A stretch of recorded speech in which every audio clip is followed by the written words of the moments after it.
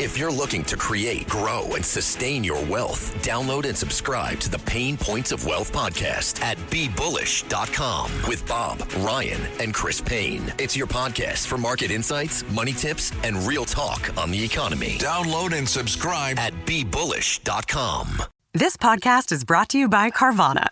Carvana makes car selling fast and easy from start to finish. Enter your license plate or VIN and get a real offer in seconds, down to the penny. If you accept, Carvana will come pick up your car from your driveway. Or you can drop it off at one of our car vending machines. Either way, you get paid instantly. It's fast, transparent, and 100% online. Car selling that saves your time. That's Carvana. Carvana. Pickup fees may apply. The Rush Hour with James Golden. Entertaining and informative on the Red Apple Podcast Network.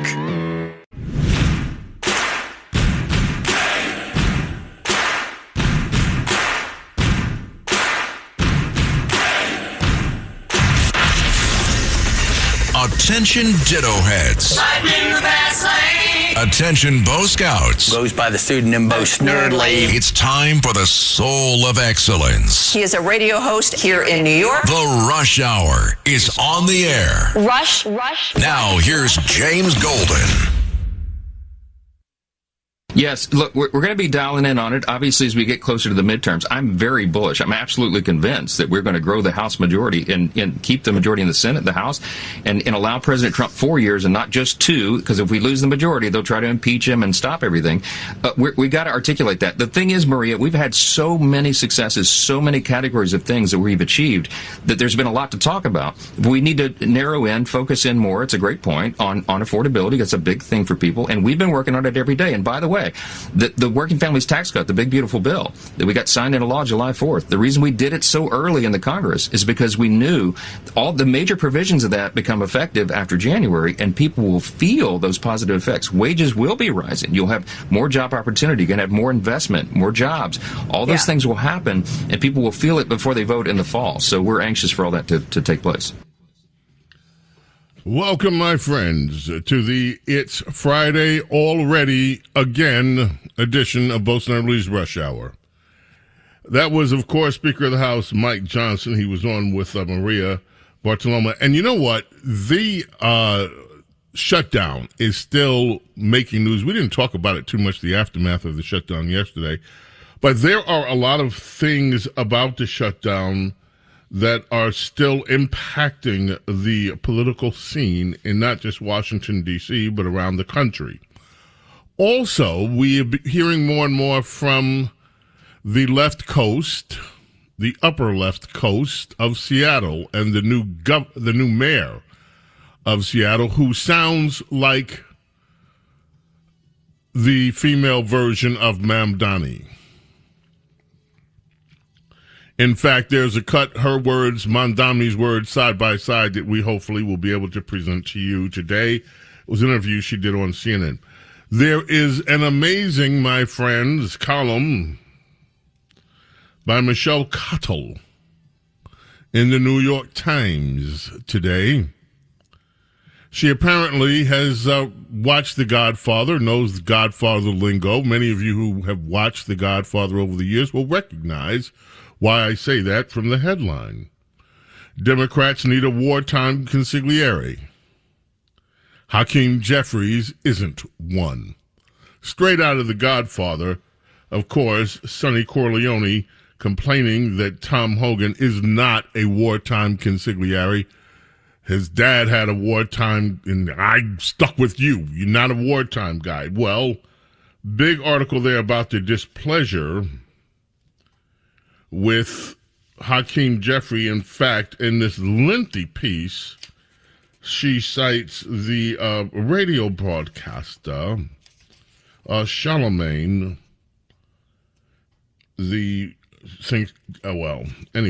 Charlemagne, she cites his name for his nickname for Hakeem Jeffries, which is not at all flattering. Another piece today from The Hill, another Democrat, Representative Seth Moulton of Massachusetts, is slamming Chuck U. Schumer. and saying that Chuck Yu cannot keep the Democrat team together. So the fallout is still continuing. Johnson's interview, we led off with him saying, of course, why it is important for the Republicans to maintain control of the House of Representatives and what will happen if they don't. He had a few other things to say in this interview. Cut number 3, and this is kind of, needed to be said. I'm glad he said it. I'm skeptical because I've heard it before. But this is Speaker Johnson on what I and many others have called for, which is a return to regular order in the House, which means the government can finally, after decades, stop being funded by these continuing resolutions. And this is what Speaker Johnson had to say about that. Anything past Schumer and Jeffries and the Democrats right now, but we're going to try to take that weapon out of their hand. And what I mean by that is over these next several intense days, these next couple of months, we'll be working around the clock to make sure we get more of these appropriations bills through the process. As you know, part of the vote Wednesday night was a minibus, a small package of 3 of those appropriations bills that we've now gotten off the table. There's 12 of them in total. So we're working right now for the next package of those to push through the process and get this done in the way it's supposed to be done, by regular order. That's how we operate as good stewards of taxpayer funds. And as you know, Maria, it hasn't worked that way in Washington for a long, long time. Yeah. Since I became Speaker 2 years ago, I've been trying to force that like a boulder up a hill. And this is a big innovation. It seems like a small thing to cheer on, but in Washington, having gotten 3 appropriations bills signed into law, 3 individual approach bills, is a big achievement. We're going to do more of those, and hopefully we can get all that done by that deadline in January. Well, you've been talking about this for a long time. What would be an appropriate number of appropriations bills, do you think, that would be done by the end of January? I mean, what's practical? Well, look, the goal is all 12, and I'm doggedly determined to make that happen. If we fall short and there are 2 or 3 left on the table, then we would do a continuing resolution to finish those, but it wouldn't be anything like the stakes of this long nightmare that we just went through, because remember, all the bills, everything would be funded. Troops and essential services and those kinds of things would already be off the table. So farmers and federal employees, Border Patrol agents, TSA, air traffic control, they wouldn't have to be sitting around stressed out about when their next paycheck's going to come. That would have been taken care of. So there'd be minor details left at the end of the year. That's the goal, Maria, for us to get all that done. You know, there's a way. This needs to happen, folks, but there's also something else that should happen. And I don't know why this isn't obvious. Republicans have the House and the Senate. This shutdown is still fresh in people's minds. I don't know why there isn't a bill that's put forward today limiting the scope of what can be shut down if continuing resolutions are not voted for. Since they continue this dereliction of duty by continuing running a government by CR, the Congress can decide who gets. We've seen that. We've seen it. Who gets paid and who doesn't get paid in the event that a continuing resolution is not signed. And they could simply say, all of those entitlement programs, and there was some benefit, by the way, to this. I think people were not completely aware of how deeply corrupt the SNAP program was until this shutdown came. There was benefit into it exposing, I hope, Obamacare, and word on that in a minute. But for the future, Republicans and Democrats, can you imagine right now bringing up a bill that says, in case there's another government shutdown by either party, you have to pay for the military. You have to pay the troops regardless. You have to pay benefits that keep people eating, no matter what. You have to pay the air controllers, no matter what. You have to pay airline security, no matter what, even though TSA, but they could define who gets paid and who doesn't get paid and take the weapon of the government shutdown off the table by lessening the impact of it. There's nothing preventing Congress from acting on that today or tomorrow as they go about, according to Speaker Johnson, trying to restore regular order.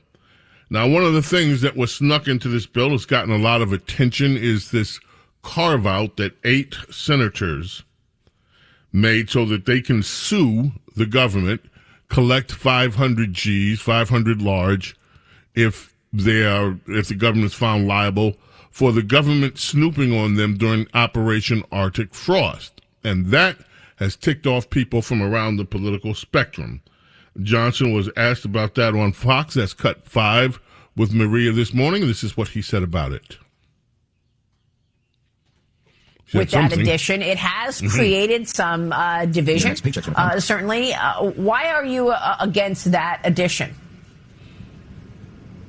Well, the optics of it are terrible. I don't think you should do it retroactively. We all agree that Arctic frost was a horrific abuse of our judicial system, and it was an overreach, and we've got to bring accountability to those involved in it, and we have to make sure that stuff never happens again. But I think for sitting lawmakers to vote in themselves an ability to go cash in on something like that, to me, it was just a really bad look. And I think many of them regret it. I think some of them are coming out now saying that they will help us to repeal that provision. It should never have been dropped into our clean CR. I fought so hard, Maria, to keep the CR clean, totally nonpartisan. Yeah. That was the whole point of this. And they dropped it in at the last minute. So, look, Leader Thune is an extraordinary leader in the Senate. He's a dear friend, trusted leader. I love working with him. And I think some of these things happen in the haste of a last-minute filing of a bill, and it just shouldn't have happened. And I think they regret it now. I think we'll fix it. Well, I hope they fix it. It's creating an unnecessary problem.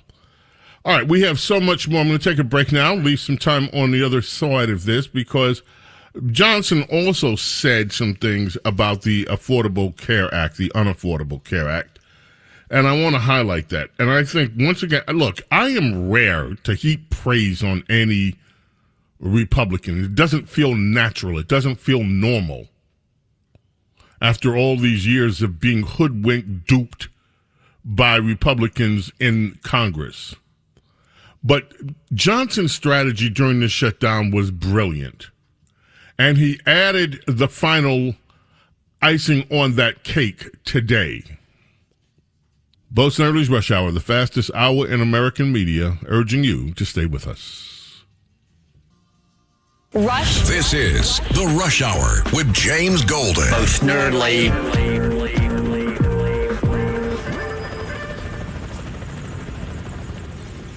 The Rush Hour with James Golden. Entertaining and informative on the Red Apple Podcast Network.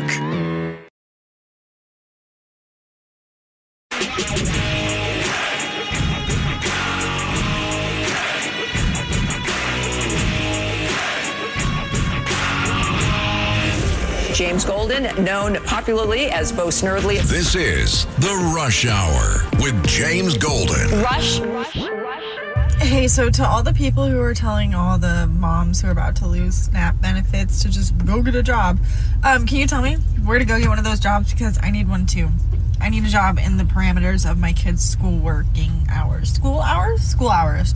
I need a job that I can clock in and out of and be in the school pickup line by 2:30 p.m. every day, Monday through Friday, except for their early days. So you have to let me off early for that day so I can go pick up my kids.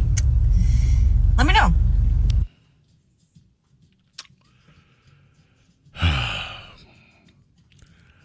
George Michael Snerdley, fastest hour in American media. Okay, I mentioned Mike Johnson. I won't spend more time with this other than to tell you this. Mike Johnson did two things that were just really incredible.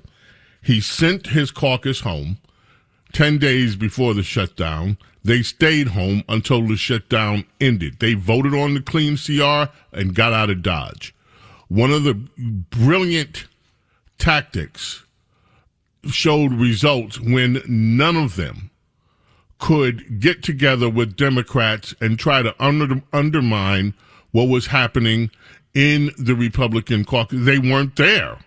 They couldn't try to come up with their own legislation, working with Democrats to try to figure out a cave-in because they weren't in D.C. The other thing that was brilliant, and he put the icing on the cake today, he was asked by Maria Bartiromo about him not promising to hold sessions or to even bring to the floor this business with Obamacare subsidies being expanded. And he said, no, I haven't made that promise. He says he doesn't see the need to continue terrible policies. He says Obamacare failed the American people, did the opposite of what they promised it would do. The reason premiums are skyrocketing, these terrible policies. That's why this COVID area subsidy was about. He said Democrats created this on their own. He echoes everything we've been saying about it, and so no, I'm not going to bring it up. Now, this is going to upset a lot of people. Healthcare is going to be an issue, and when these subsidies start to rise, it is going to be an issue. We will have more on that. We will discuss it more. But I want to get to something else here. That is what's happening in Seattle. Cut 7. This was the press conference. The mayor-elect of the city of Seattle. There's an awful lot that I want to accomplish as mayor.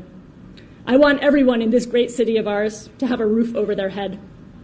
I want universal child care and free K-8 summer care. I want world-class mass transit. I want great, safe public spaces where kids can run around with abandon. I want stable, affordable housing for renters. I want social housing. I want much more land and wealth to be owned and stewarded by communities instead of corporations. I want a robust economy with thriving small businesses, great living wage jobs, and strong rights for workers. I want a city where everyone has the basics of a dignified life, including healthy food, access to health care, and supportive communities. I want a city where your health and your life expectancy and your children's future doesn't depend on your zip code or your race. I believe that I will be stepping into office with a strong mandate to pursue this vision. I believe it is notable that all of that money focused on attacking me, but not my vision or platform. And that is because this vision and platform are supported by an overwhelming majority of Seattle residents, as demonstrated by the resounding victories of the other progressive candidates running for office in Seattle this year. Okay, free K-8 daycare, social housing, whatever that means, in addition to taking the wealth from the corporations and spreading them out to the people. Yep, hers. By the way, she talks about this mandate. She won by less than 2,000 votes. And there are quote-unquote anomalies in the votes. We'll be back. Snerdley here, fastest hour in media. Stay with us. The Rush Hour with James Golden. Entertaining and informative on the Red Apple Podcast Network.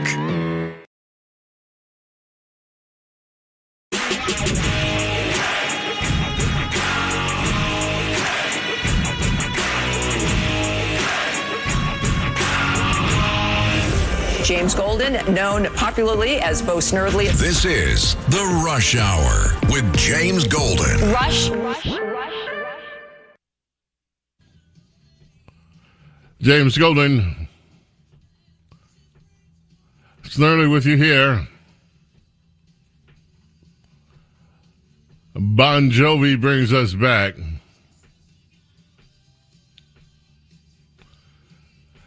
Alec John Such has a birthday on this day, born in 1956. The bassist with Bon Jovi. Living on a prayer. James Golden and Snerdley with you here. Okay, let us get back. One final note. I promised it earlier in the beginning. We have the Mondami and comparison, the Mondami comparison to the mayor-elect of Seattle, Katie Wilson. Katie was on with Erin Burnett on CNN.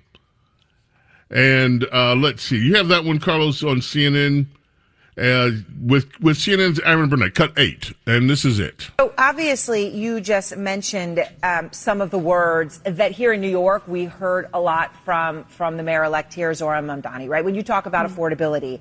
But the word echoes don't end there, Mayor-elect. Let me play some of them. The very clear twin crises of affordability. We are facing an affordability crisis. Truly affordable homes. Affordable homeownership. This city is your city. This isn't their city, it's yours. A new generation of leadership. We can see with our own eyes that we need new leadership. I mean, we sometimes will put what we call a montage together like that. Yes, called a montage. It doesn't get easier than that one. I mean, it really does sound. You sound so much alike. I guess I'm just curious. Have you ever met him? Have you talked to each other at all since either of your victories, which are so important on coast to coast?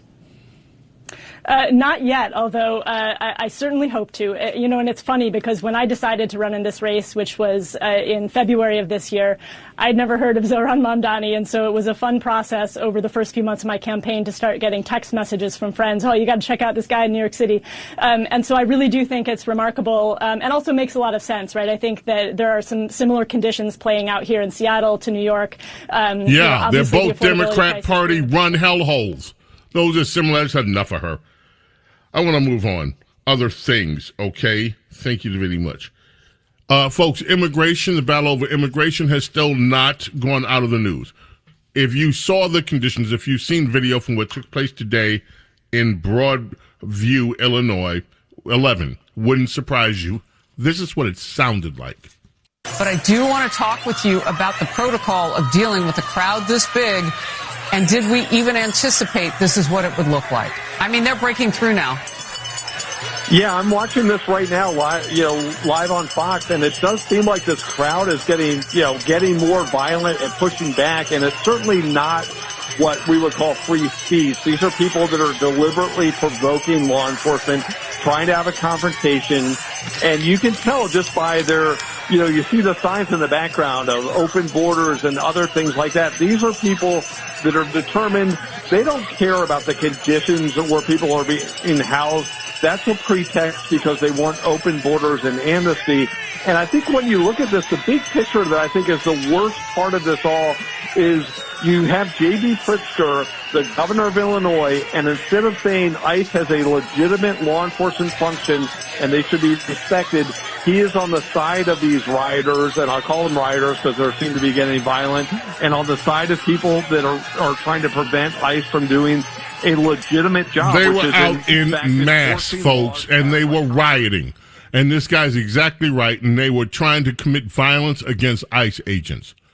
It is just amazing to me that we don't have ICE was there, the police were there too, and arrests were made. But this crowd was growing, and it was a huge crowd. Another funny moment happened in it.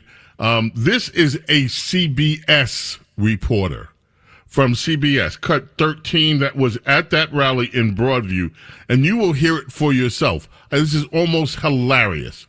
And happy, a group out here just trying to show some love. I can read a sign from here that says God demands freedom. A lot of people around here have signs that have biblical verses on them. But there are also some signs here that, we cannot show on TV because they have curse words that are pointed. I didn't see any like that. I saw a few. Were you working for Fox? I'm actually live on the air right now. No, are you really? I'm not. Why are you lying to them? I'm not lying. Sir, please. I saw some signs. We're going to make sure that Lauren is okay. But there are several. Do you know how many religious leaders are out here? Our thanks to Lauren. We're going to make sure she's okay as she's interacting with some people who have gathered out. Interacting? These activists, what, you're from Fox? She was from CBS. And she was trying to report on them in a positive way. Although there are some signs that we can't show you because they're filled with venom. What, are you from Fox? It is not the only place that it has happened. This immigration thing is blowing up liberals' minds still. Let us go from Chicago further west and then take a right turn up north to Oregon, Woodburn, Oregon. They're having an issue. Now, very carefully listen to what's being debated at the city council, because there's no proof of anything. There's just speculation that something could be happening. And this is what took place at one of their town meetings there. We'll suspend the operation of the flock camera system. Well, all in favor, signify with an aye. Aye. City of Woodburn is turning off its flock safety camera system for the next 2 months after community members have voiced concerns over the security of the cameras. K2's Jennifer Singh joins me live from the live desk tonight with more on why the cameras are causing controversy and how the company is now responding. Jen? Yeah, these are the cameras, flock cameras, the city of Woodburn is now investigating. Now, Woodburn residents during Monday's city council meeting said they are concerned that the cameras could be handing over data to the Department of Homeland Security to help with immigration enforcement efforts. This comes as community members say they've seen more and more ICE agents around town and are calling on city leaders to take action. What are you going to do for all the ICE raids that are going on right now? Woodburn residents are calling on Woodburn City Council members to protect the community from federal immigration enforcement, raising concerns about the role the city's flock cameras may play in ICE arrests. Flock security cameras that are present in Woodburn contribute to the terrorizing of our community. We demand the end of the flock program in the city of Woodburn. As a result, the city of Woodburn is enough. suspending So here's the deal. There's some ICE agents out in Woodburn, apparently, and that's enough. There's no evidence at all that these cameras have been used or data is going by ICE. In fact, a little later in the report, the company says, look, we give people have in the towns, they run it. They decide what they're doing with these cameras. We don't dictate that anything. They want an investigation into the company, too. We're not telling them. And so Woodbridge is in charge of how the videos from these cameras get used. But instead, they kowtow to these people. Oh, we see more ICE. Oh, they're cameras. Well, maybe the town is giving ICE information. And okay, let's stop using the safety cameras for 2 months. For nothing. The hysteria, my friends. Cut 14. This is happening in Charlotte. You know, President said you're going to try to clean up Charlotte, North Carolina. And of course, panic has erupted. Here's a local reporter from one of the news channels there with his own report to help stave off the panic because law enforcement might actually be coming to Charlotte, North Carolina. This is Joe Bruno from Channel 9. There are a lot of rumors right now about Border Patrol coming to Charlotte. I have some confirmed information.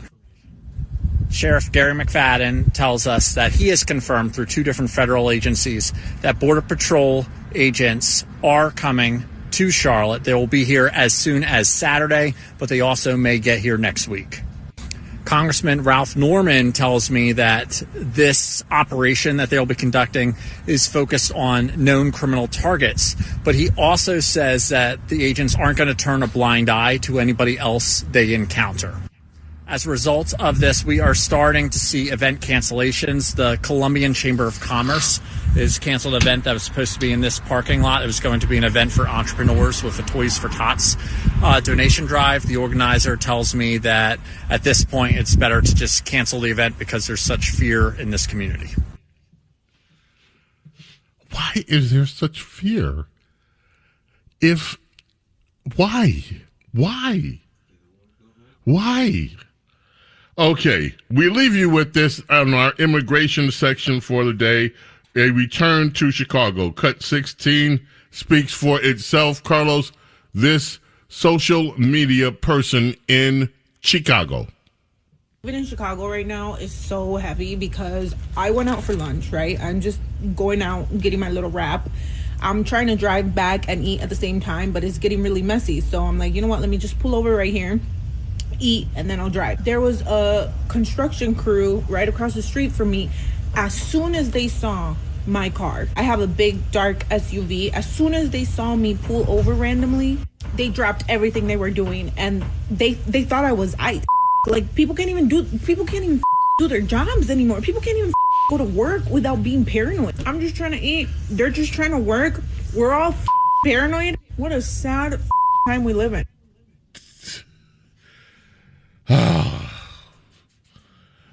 Yes, in a way it is very sad.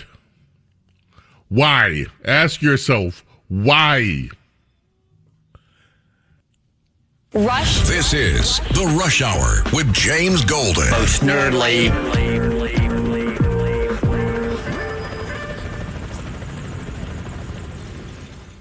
The Rush Hour with James Golden. Entertaining and informative. On the Red Apple Podcast Network.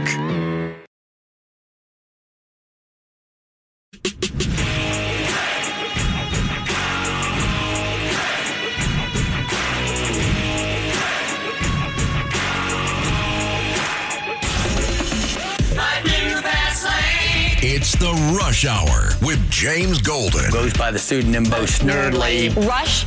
Now, here's James Golden. My friends, today is the last day, after 29 years, that you will see the call letters PMS, well, MSNBC, or as I'd prefer, PMS NBC. Tomorrow they change into MS Now. Ms., which is MS, Ms., no one watches. Ms. Now. Now, the reporting on this says this is going to be... You said what? Oh, it's PMS Now. That's why nobody watches. That's why nobody watches. It's PMS Now. That's why no one watches. Okay, makes sense to me. Supposedly the acronym is My Source for News, Opinion, and the World. Give me a freaking... My source for the typical lame propaganda that's been part of that network for 29 years. So, goodbye to them. I don't care. Now, by the way, Mamdani and Hochul are all huddled up. She was just out here last week saying, oh, she's not going to raise tax. Today, there are stories that she might. Oh, she's considering raising corporate taxes. Just chase the businesses out of New York. We need the billionaires to fund everything, but let's just chase more businesses out. The primary season, my friend, the presidential primaries are underway. Why do you say that? The primary season is underway. Easy. Maryland Governor Wes Moore yesterday took a swipe at President Trump for the redistricting plan in Republican-led states. He's going to respond with his own. If parts of this country are going through a mid-decade process to determine whether or not they have fair maps, then so will the state of Maryland. Why is he doing this? They only have one Republican seat. He wants to wipe it out entirely, but there's a reason. He's not doing it for the numbers. He knows, and anybody can look at the math. Even if he gets his one seat, if Republican states do it, no gain. There's no point in Maryland engaging in this exercise except one. Gavin Newsom is making headlines. Gavin Newsom is the front runner for the Democrats right now. The front runner is not Kamala Harris. The front runner is not Pete Buttigieg. The front runner is not AOC. The front runner is not Jasmine the Hair Crockett. Wes Moore is not going to let Gavin Newsom hold the limelight by himself. He wants in on that spotlight. He wants in. And he's going to be present as this that's the main thing that Gavin Newsom right now is trying to capture, the anti-redistricting sentiment in time for the 2026 midterm elections. Wes Moore is not, this is my opinion, of course, not going to let Gavin Newsom have that spotlight by himself. The presidential primaries on the Democrat side, the primary season has begun. Marjorie Taylor Greene said today that President Trump is making a huge miscalculation by opposing the release of files tied to convicted sex offender Jeffrey Epstein. And even their attorney said that Donald Trump was the only one that helped him. So I better be very honest with you. The Georgia lawmaker said, let me back that up. She's talked to some of Epstein's victims and alleged the women themselves have said that Donald Trump did nothing wrong. Even their attorney said Donald Trump was the only one that helped them. So I'll be honest with you, if it's something I don't understand, I think it's a huge miscalculation. I just stand with the women, and I think they deserve to be the ones that we're fighting for. You and the Democrats, Marjorie, are the ones that are more interested in seeing. Now, of course, the DOJ now has gotten involved, and this is good. President Trump said today he's going to direct Pam Bondi to investigate Epstein's ties with a number of Democrats, including Bill Clinton. And from what I understand, a prosecutor has been appointed to that end. I just don't even know how to explain to certain Republicans why this Epstein fascination that they seem to have in light of everything else that the Republicans are trying, and especially President Trump is trying to accomplish. It just does. That's what doesn't make sense to me.